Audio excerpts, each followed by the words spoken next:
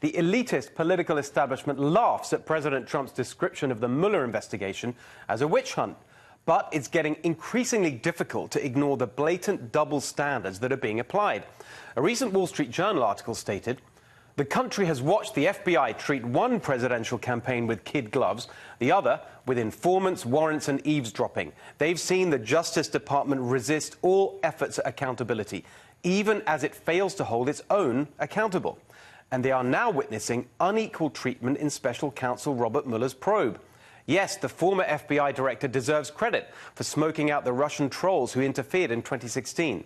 And one can argue he's obliged to pursue any evidence of criminal acts, even those unrelated to Russia. But what cannot be justified is the one-sided nature of his probe." In a moment, Tammy Bruce will be back with us, but here now to discuss, the author of that piece, Wall Street Journal columnist and author of The Intimidation Game, Kimberly Strassel. Kimberly, thank you so much, not just for being with us tonight, but also for that piece which perfectly captured the rage that I've been feeling about this for so long. You just put it so well. Could you just take us through, first of all, the specific areas of potential investigation that should be emerging from the Mueller probe directed at the other side but aren't? What are the areas that should be being looked at?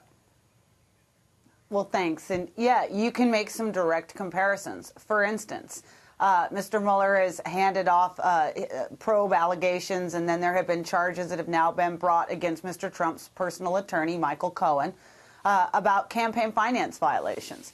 Well, that's interesting because if you go and look, remember, it was the Hillary Clinton campaign that paid a law firm that in turn paid Fusion GPS to do that dossier.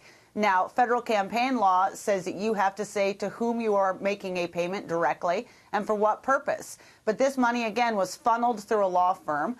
They falsely claimed that it was for legal services.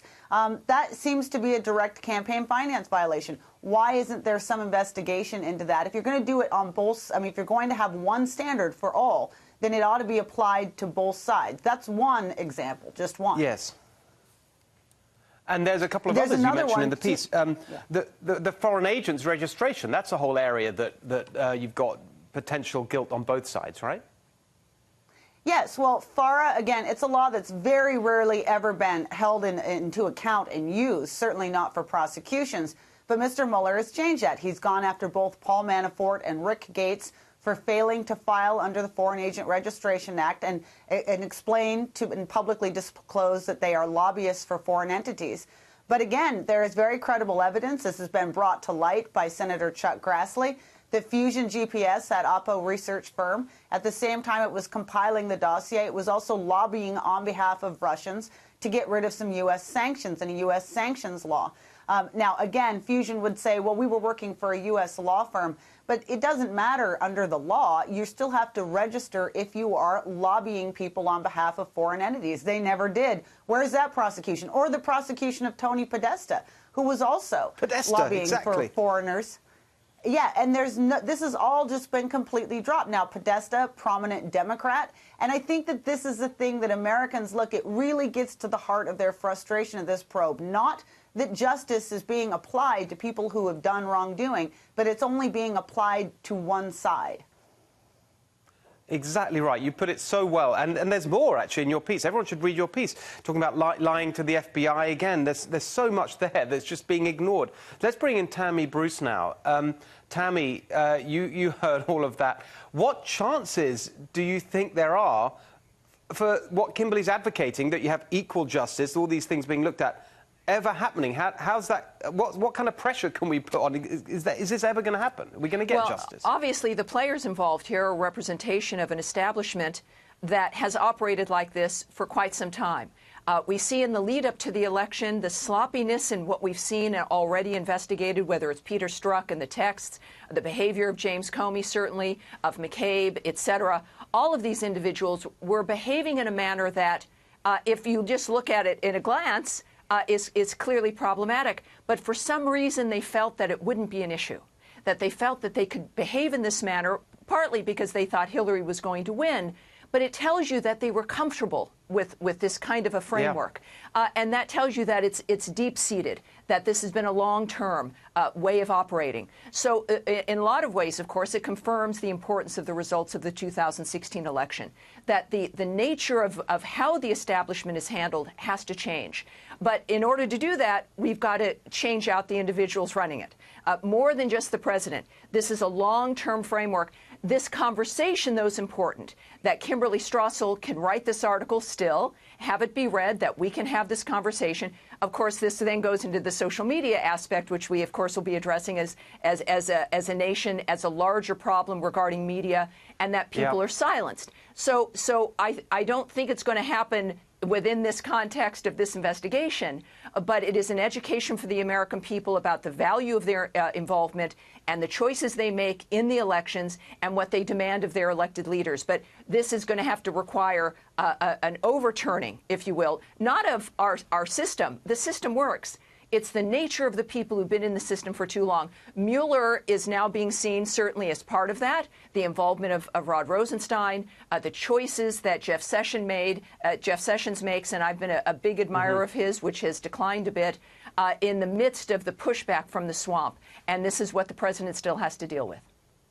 I completely agree with that. I mean, we've talked about this before, and we'll do again. You know, the 2016 election and President Trump's victory was the beginning of the populist revolution we need, not the end of it. Exactly. So, Kimberly, let me just pick up what Tammy was saying there with you. So she was just saying, well, you know, frankly, we can't really be optimistic that Mueller will actually do the kind of even-handed investigating that you call for. Is that your assessment too? Can, for example, Rosenstein force Mueller to take a look at these things that you list?